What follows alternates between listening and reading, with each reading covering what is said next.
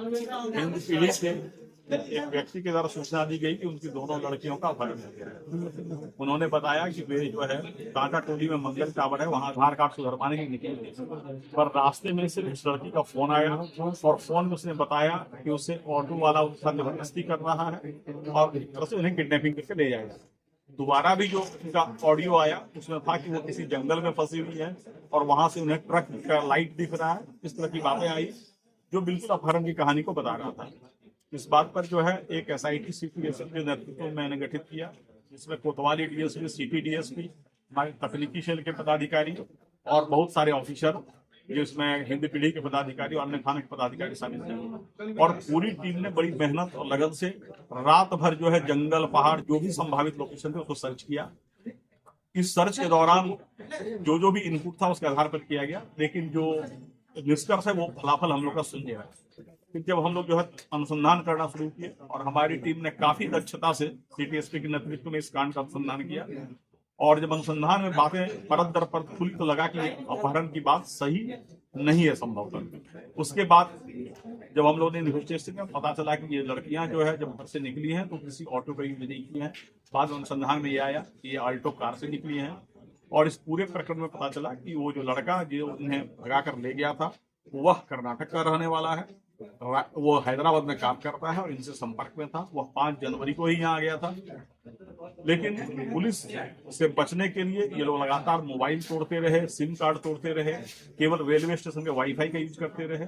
इस पूरे अनुसंधान के दौरान रांची पुलिस ने कई ट्रेन को सर्च किया, जिसमें से Palamu express, Shaktipunj express, Kamayani express, Gangavati express, Mandapam express, इस बहुत सारे ट्रेन को सर्च किया गया। आरपीएफ के सहयोग से और वहां के स्थानीय पुलिस के सहयोग से कई स्टेशनों का सीसीटीवी फुटेज खंगाला गया और एक जबरदस्त मेहनत जो है रांची पुलिस की टीम के द्वारा किया गया, और अल्टीमेटली कर्नाटक पुलिस के सहयोग से हम लोगों ने इसे कर्नाटक में गंगावती में अभियुक्त को भी पकड़ा और इन लड़कियों को बरामद किया।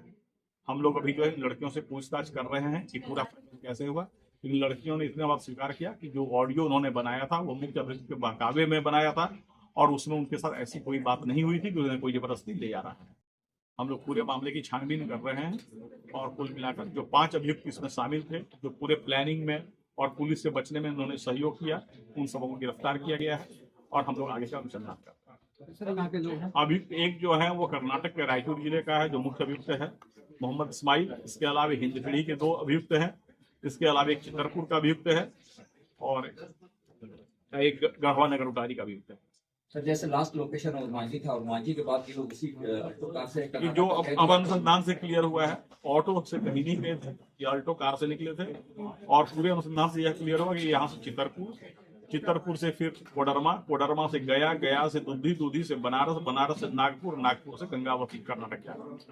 सर, लड़कियां जब अभी मन से निकली तो आखिर इससे किडनैपिंग का शक क्यों दिया गया? नहीं, अभी जो है लड़कियां मन से निकली है या वो किसी दुष्प्रभाव में बोल रही हैं, जब तक लड़कियों को हम लोग काउंसलिंग करके उन्हें परफेक्ट नॉर्मल कंडीशन में नहीं ले आए तब तक कुछ भी कहना प्रीमेच्योर होगा। और दूसरी बात की, जिस तरीके से पूरे प्रकरण को रचा गया, झूठी बातें फैलाई गई, लड़कियों को लगातार उनके गार्जियन की कस्टडी से बाहर ले जाके लगातार ट्रेन पर ट्रैवल कराया गया, ये अपहरण की बात है।